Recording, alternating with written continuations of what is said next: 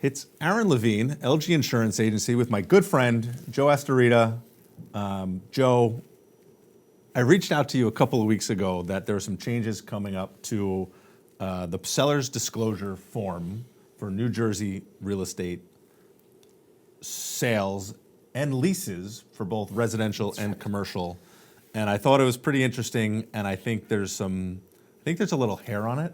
A lot of hair. So in our conversations, unlike you, we decided to take it to another level, and we want to really help realtors, lenders, sellers, and buyers get a little more clarity on what exactly is going on here, right? So March 20th, supposedly, this new law goes into effect that adds 9 questions to this seller's property disclosure. That's already 102 questions long. Now it's 117 questions long. I think my math is off, but I filled out this form a few times for selling my own personal real estate, and I don't ever think I do a really good job of it. Well, it's because they've made it as difficult as possible to do a good job when coming up with this form. Okay. Yeah, so this new statute is going to take effect as of March 20th. Okay. And it affects landlords for both residential and commercial properties, Right. some exemptions, but it also affects buyers and sellers of residential real estate as well. And it's pretty broad, and some of the requirements for completing the seller disclosure now are confusing, scary, to say the least. You know, just some of the language in here, if you're a first-time home buyer in particular, and Right. you just read this, it might scare you to death about buying a house. How could you even understand this as a first-time home buyer or even a first-time home seller, like to really fully understand what is going on in this disclosure document? I mean, it's your job as the real estate attorney to guide your buyers and sellers on, make sure you're truthful about what the heck is going on in here, right? Yeah, sure. I mean, and most often, even before a client gets to me on their transaction, they're dealing with their realtor. Right. So realtors, in most cases, are almost the first line of defense to make sure that this is happening right. And just by engaging in that service to their clients, they're also taking on some level of potential liability if this is not being handled correctly. So this disclosure form is completed by the seller. Let's talk about sellers. We'll Sure. leave out the landlords and commercial property owners for a separate part of the conversation. So the realtor who then signs a listing agreement with a seller is getting this form completed, Right. and telling the seller that they need to complete it. So we know the realtors are doing that as a good job. But the fact that there's some questions in here that have a little bit more hair on them than just how old are your appliances, is a little bit scary to me as a property owner, and even as an insurance agent, understanding what's going on in here, because I know questions are going to come back to us on, am I in a flood zone? Has the property had claims? What is exactly going on here? So if you're a realtor, you're really the one that needs to pay attention here if you're out taking listings. And you can get more information on our new website, njpropertydisclosure.com, or just head over to Joe's website or to my website, asteritalaw.com or luxurygroupins.com. A lot of websites, they'll all be in the comments below. But so run through some of the basics of the seller's disclosure, Joe, before we get into the new FEMA portion of it. Sure, like as related to flood, I mean, the first 2 questions are probably the most significant because they don't allow the seller to say they don't know the answer to the questions, right? So it's in question 109 and 110, in the current version of the disclosure, are basically asking you if any or all of the property is wholly or partially located in a special flood hazard area, and goes on to explain a little bit what that is. And then the next question is is any or all of the property located wholly or partially in a moderate risk flood hazard area? Now, most sellers aren't going to know the answer to that question off the top of their heads, and how do you figure this out? Luckily, along with the statute has come a new website that sellers really should be utilizing. Right. I've actually checked it out. It's actually pretty easy to use, although the information on it is not reliable yet until the law becomes effective as of March 20th. But it's simple, where you can actually plunk in your address into the locator, and it'll tell you what zone you're in and what that means. Every seller, when they're completing this, should be doing that, because you can't just say, I don't know. You actually have to give an affirmative answer to the question. I think people are going to be penciling in the I don't know quite often. We see and it it's going to certainly slip through the cracks. But yeah, that flooddisclosure.nj.gov I think is where you are going to ultimately wind up, and then again you can get there from our njpropertydisclosure.com website to look that up. But these two questions to me, as the insurance agent, right? Special flood hazard area to me is your A and your V zones. Those are the high risk areas. A moderate risk flood area is almost everything else, in my opinion, right? This says 500 year, which is notated as an X500, which therefore you'd be not required by your lender to purchase flood insurance. However, this wants to know if any of your property is in that area. So if you own 2 acres and there's a creek running behind your house, you're going to answer yes to that. Your lender's going to see that you answered yes to a flood question, and they're going to be up in arms about the whole flood insurance requirement. So this is going to confuse the banks quite a bit. And this is where we can come in and help out the realtors and the sellers to understand this, because not everybody's required to purchase flood insurance based on this document. It's just a little bit confusing how it's written. That's right, yeah. I mean, if you're a first-time home buyer and you get a seller's disclosure that lists these things, and one of the answers is yes, particularly to the moderate risk flood zone area, that might scare you to death, but not necessarily the case, right? Because it may not be that intense or serious. It may not require flood insurance, very likely doesn't in that case. But the way this form is designed was really to alert people to the pending climate change and the resultant flood levels. Floodplain levels are going to increase, and flood elevation levels, and all of those things which are going to happen. If you look at the language in the whole initial section where it says flood risk, it's talking about these and other coastal and inland flood risks are expected to increase within the life of a typical mortgage originated in or after 2020. So that's within the next 30 years, right? A typical 30-year fully amortized mortgage. So it's telling first-time home buyers that they're likely going to be potentially on the water within the lifespan of their mortgage. It says an increase of 2.1 feet. Yeah. Right. This is basically saying don't buy anything in or near water. Yeah. And it goes on to say it doesn't only mean coastal areas. It's talking about inland flooding. It's talking about, in addition, precipitation intensity in New Jersey is increasing. Like they did everything possible to alert buyers to the potential for flood risk. We're in Monmouth County, right? We both live, and our offices are located in Monmouth County. You also have an office on an island, That's right. known as over in Staten. So we're not even going to talk about the flood risks, in New York, because this is a New Jersey statute.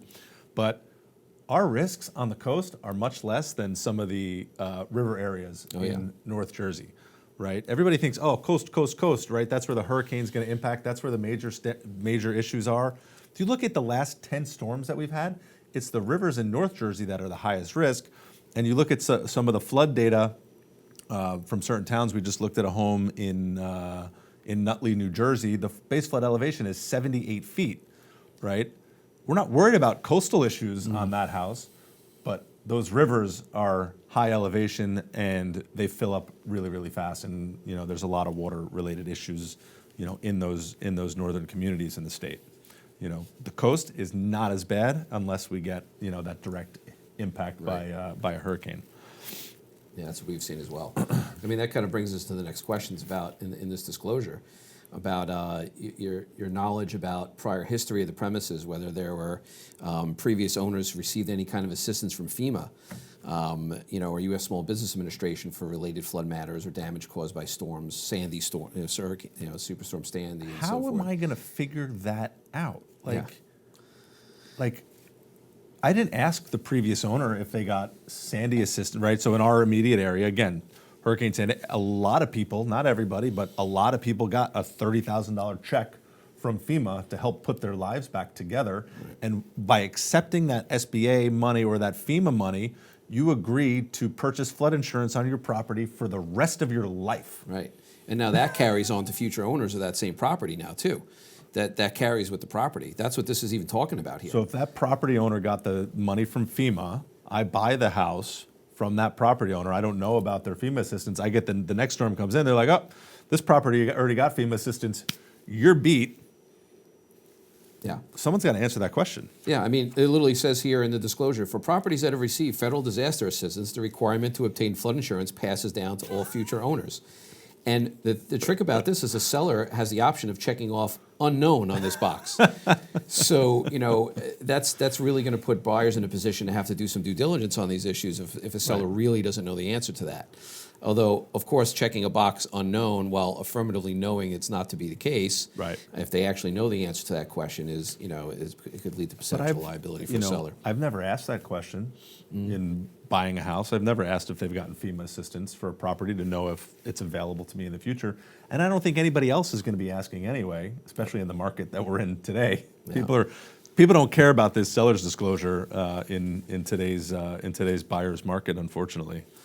Well, luckily they've also set up this mechanism to submit requests for history regarding claims and things of that nature for properties, right?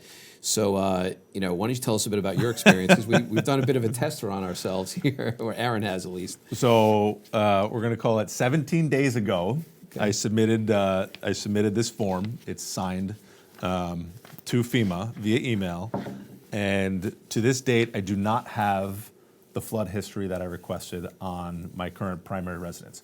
The only one that can get the flood history data on a residence is the current primary owner, or a past claimant can get the history, which is interesting to know. And I'm 17 days into it, and I have not. However, right before we started rolling, I did call FEMA, and the lady on the phone was more than pleasant and happy to help me.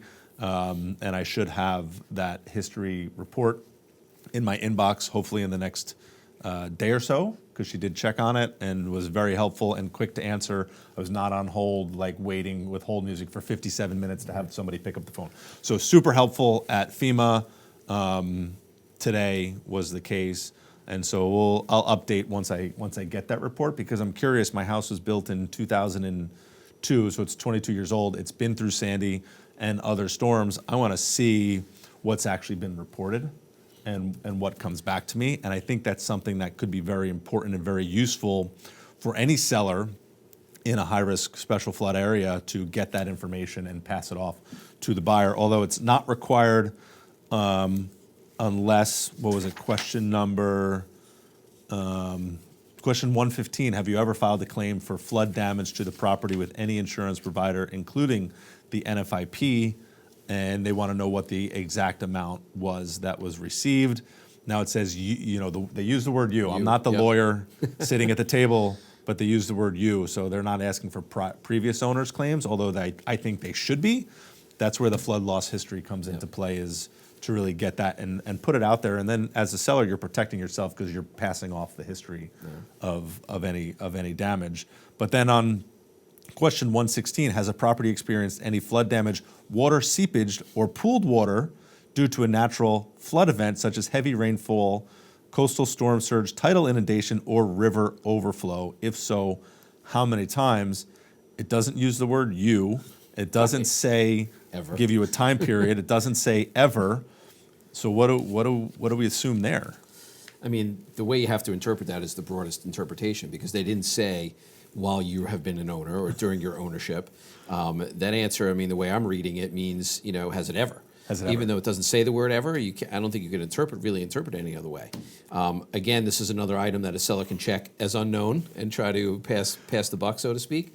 But what I'm really curious about is if that flood losses history request form that you submitted, to see what the actual information is that they give back, right? Yeah. Does it have answers to any of these other questions or not? We don't know the answer to that yet. Right. I'm also curious to see what their turnaround time process is going to be like once this law goes live in March 20th and they start getting flooded. But the request goes to FEMA, which is the federal organization. This is a New Jersey law. So does FEMA care that's a that New question. Jersey passed a new statute or a new law? Well, they're going to start getting a ton of inquiries from New Jersey in a very short period of time. I just think that New Jersey needs to figure out a way for that flood loss history, that data, to be easily accessible by a buyer or a seller, and they need to make it more public knowledge, right? There's so much information that's public. Why are they hiding this flood history is beyond me, and it's only available to an owner. I could look up any property through a clue report and see if there's been a fire, Yeah. a pipe burst, a car driven through it. I can Why look is up your flood different? I can look up Yeah. your motor vehicle history, right, with your name and date of birth. We can find everything else. Why can't I find? That's a whole nother podcast topic for a FEMA rep to participate with us or to get my friends at PA to help us out. The practical issue is here, like, what does a realtor do now? You get a listing, right? Right. You get a listing, you're trying to guide your client through this to complete it. Okay, we need to know about these answers to the flood areas. That's pretty straightforward and easy. You can get that probably within a couple of minutes on that website as long as the website's up and running, right? Which appears to be so far. Right. That's pretty easy. But for the rest of this information, start submitting these requests. I mean, you're already into 17 days and we don't have a response on yours. Can you imagine? Right? And this hasn't really even taken effect yet. So what is that going to do to listings and the ability to complete sellers' disclosures Right. timely, get these properties listed? And in this kind of market, properties are moving pretty quick, Right. when they come on, particularly in our area, right? Now, when you go under contract with a client, with a buyer, when you're on the buy side, right? Do you put in a special provision subject to, flood insurance information? Right? Is there something in the contract that gives the buyer an out with some due diligence? Well, in the attorney review process, I have language that I include in my buyer's attorney review letters, which Okay. modifies the contract, right? Okay. And it's a proposed change to the contract. Right. And it allows us either to get a representation from the seller concerning special flood hazard areas Right. or other due diligence related to it, and giving the buyer the ability to say, if this turns out to be materially inaccurate, that they can cancel the deal. Now, that's negotiable, right? So Right. some sellers' attorneys will say, do your search now. You can get the maps within a day or two or faster if you Right. do your due diligence.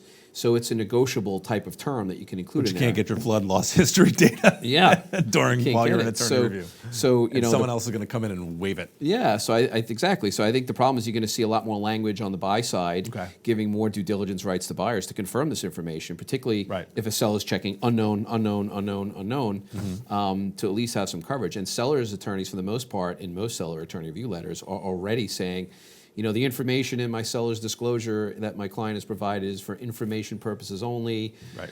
They try to limit the exposure and liability and include some other language related to that. So I don't know how much you can contract out of the responsibilities that this is requiring for the affirmative representations on this, particularly on the flood zone sections that it's talking about here. So is there any to be warranties continued. in here, right? So when a seller signs this, right, you're saying the attorney letter says for information purposes only.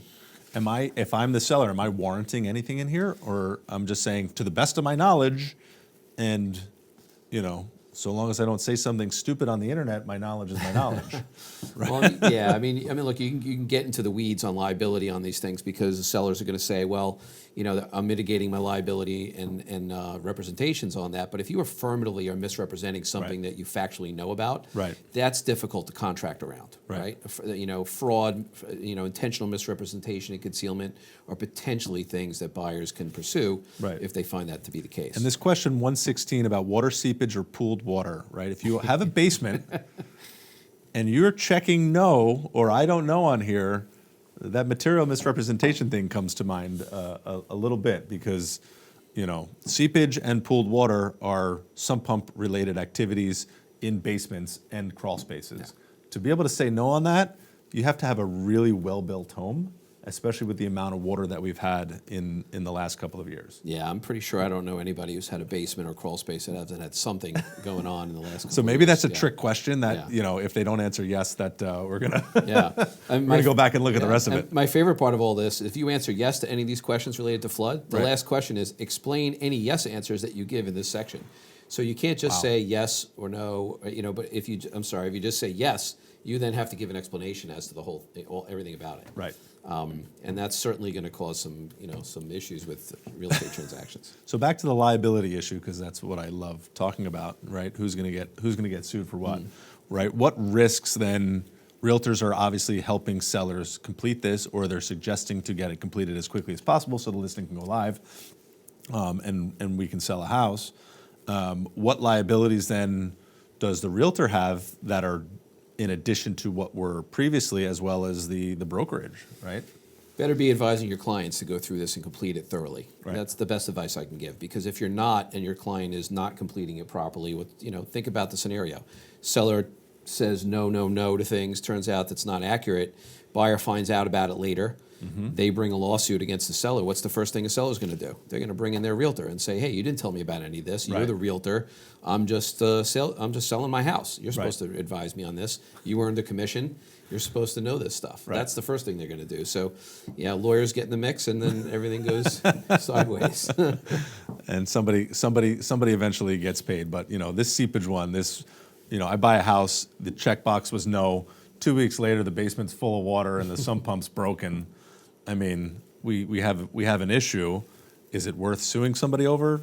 To me, no, but to somebody else, absolutely. And they're going to bring everybody in, and they're going to say, "I don't want this house anymore because now it's wet and there's water issues," and it becomes a $500,000 lawsuit over a checkbox of "I don't know" when it should have just been yes and be honest, because people are going to buy the house anyway, right? In reality, even if you check yes to this, and then you have to explain what the yes is. Yes, we have sump pumps. The basement does and can get wet. Period. Don't finish it. Finished basements are dangerous from an insurance guy's perspective. I don't have a basement. I wish I did. I would be full of stuff. It would be finished, and it would get wet, and I would kick myself, and that would be the end of it, right? But basements are notorious for getting wet, especially if a sump pump fails, if you don't have the proper drainage, if your walls aren't sealed, depending on when and how the home was built. There's so many variables and unknowns in basements that make it really difficult. Foundation issues, walls bowing and collapsing, and especially on these older homes. And people are buying anything in today's market. Yeah, I mean, well, I think you're right. I mean, in this market, particularly in desirable areas, quote unquote, right? It's there's a lot of pressure on buyers to grab a house when it comes available and to get the bid in and to waive all sorts of things. I mean, I've been seeing dramatic changes in the way buyers are approaching purchases in the last few years over the course of my 24, 25 years of practice. This has definitely been the last few years the wildest time when it comes to see what buyers are willing to do to buy houses. But so I don't see that being a giant obstacle to a buyer saying, "I'm going to buy the house." But the problem is, you really need to know what you're getting into. At least educate yourself. Make sure you know what you're doing. If you're a buyer, you want to do your due diligence and verify all this information, before you go. And I think they're valid. Half of them are valid questions. The other half are extra, but that's what the government does.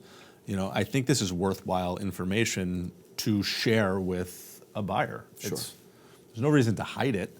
My last home that I sold had a crawl space. Crawl space was wet. I spent $9,000 on French drains and double pumps and humidifiers and, putting all the things in to keep the house protected. I would have been happy to write that, "Hey, I spent X number of dollars to fix this situation for you that you don't have to spend. Just change the filter on the humidifier, make sure the sump pumps are all working."